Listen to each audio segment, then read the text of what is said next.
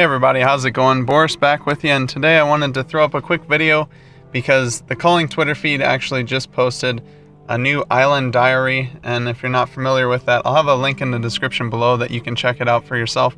But basically they just give us some information telling us what we can expect in the future, the changes that they're making and things like that.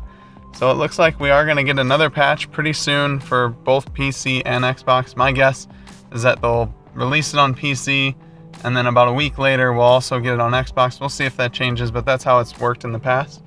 They don't give us a specific date as of yet, but they do say that it's going to be soon, so my guess is maybe by the end of the month. We'll have to see on that. So much like in the last patch, they say there'll be a lot of new cosmetic items, including calling cards, victory celebrations, and new weapon skins, and also some cosmetics to customize your player.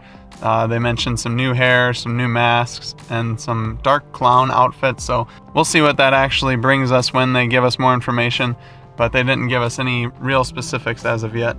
It looks like they're going to be adding Xbox voice chat, which would be nice for somebody that wants to play co-op but doesn't necessarily have a partner. It looks like we'll be able to speak with the teammate that we got paired with in a random co-op match. Another interesting note on this too, they're thinking about adding proximity chat, which if you're not familiar with that, that would just basically mean that anyone in your proximity, they don't tell us about how far that is, but anyone close by, if you're speaking in your microphone, will be able to hear you through their headset. So if you're talking to your teammate and there's somebody around the corner, they might be able to hear you talking and hearing what you're saying if you have this option turned on. I'm assuming that this will be an option that you can turn on and off, just so you don't have to hear people if you don't want to.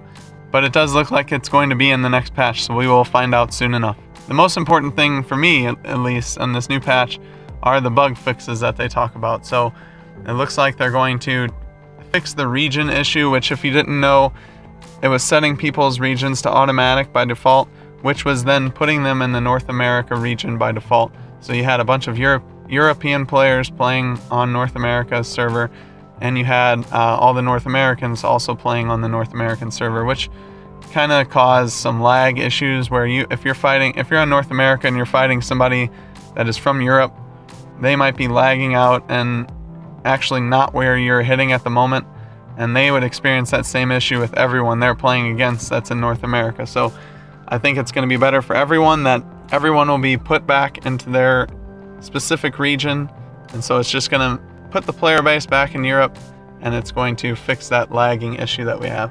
Looks like they're also going to get rid of the dreaded floor monster ground item eating bug that we have going on, to where basically you can't throw things into the ground in fear of them being lost forever. So if you run Golden Arm currently and you throw your spears a lot, then you have to constantly worry about if you're actually going to be able to pick your weapons back up after you've thrown them, because the ground tends to eat just about everything it touches right now.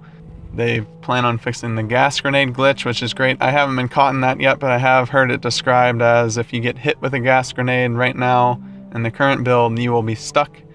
And you have to physically get hit with the grenade. It's not if you get hit with the gas, but if you get hit with the grenade, you will be encased in a sort of a gas grenade tomb, if you will, because you can't escape. So you just have to ride it out and hope you don't die by the gas, but I'm pretty sure it's basically an instant death. Looks like they'll finally also fix the naked people glitch, so we won't have a bunch of naked contestants running around. Everyone will have to be clothed from here on out. You can still rock your underwear, I guess, but that's as close as you're going to get after this next patch. Another big update that they talk about are golden weapons, and the way they describe it, it looks like there'll be 8 golden weapons at least, 4 tier 3s and 4 tier 4s that can drop in the airdrop type events that already occur. I don't think this is going to be something that's a brand new event like we had with Boombox and Blood Moon, but it looks like, for example, Loot Pinata or Drop Your Bridges, something like that, that requires an airdrop to be opened. It looks like we might have the chance of getting one of these 8 golden weapons. These 8 golden weapons will be existing weapons, but they'll have a gold skin on them, and they'll have a specific characteristic that sets them apart. For example, Bleeding Blade, which I believe would be the katana. This legendary sword is so sharp and cuts so deep that the bleed it imparts lasts until the victim heals. So basically, if you have a katana right now and you hit an opponent, they will bleed for about 10 seconds. with this Bleeding Blade gold weapon, if you hit an opponent, even with a short hit, they will bleed until they're able to heal up, either by machine or bandage.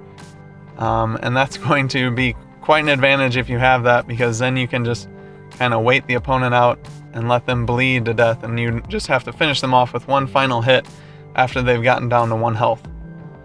And then there's another Nutcracker, which looks to be a sledgehammer. Though it's a tad weaker than a regular sledgehammer under normal conditions, this sledgehammer is no joke. It can be charged for 3 seconds to deliver 60 points of damage against any opponent unfortunate enough to be caught by its wrath. So it looks like it's going to be a weaker sledgehammer, just base statistic wise, but you can charge it for a much longer time, so the max damage for a fully charged hit will be 60 points if you can hold it for 3 seconds. Now if you're in a straight fight, it would be really easy to see that charged hit coming, but if for some reason you're caught in a trap, or if you're not expecting it, say you're getting hit from behind, this can really chunk a lot of health and could be a fun weapon to mess around with. And it looks like that's about it for this Island Diary update. I'll definitely have another video when the full patch notes come. They'll give us some more examples and probably tell us more details on all the new things coming our way. And hopefully we'll get a rough estimate on exactly when that's going to happen. But stay tuned for more updates on the culling. Whenever I receive this information, I'll definitely try and get a video out as soon as possible so you guys know. But if you do like this content, definitely give it a like. And if you haven't already, hit the subscribe button for more content of the culling. But until next time, I'll see you later.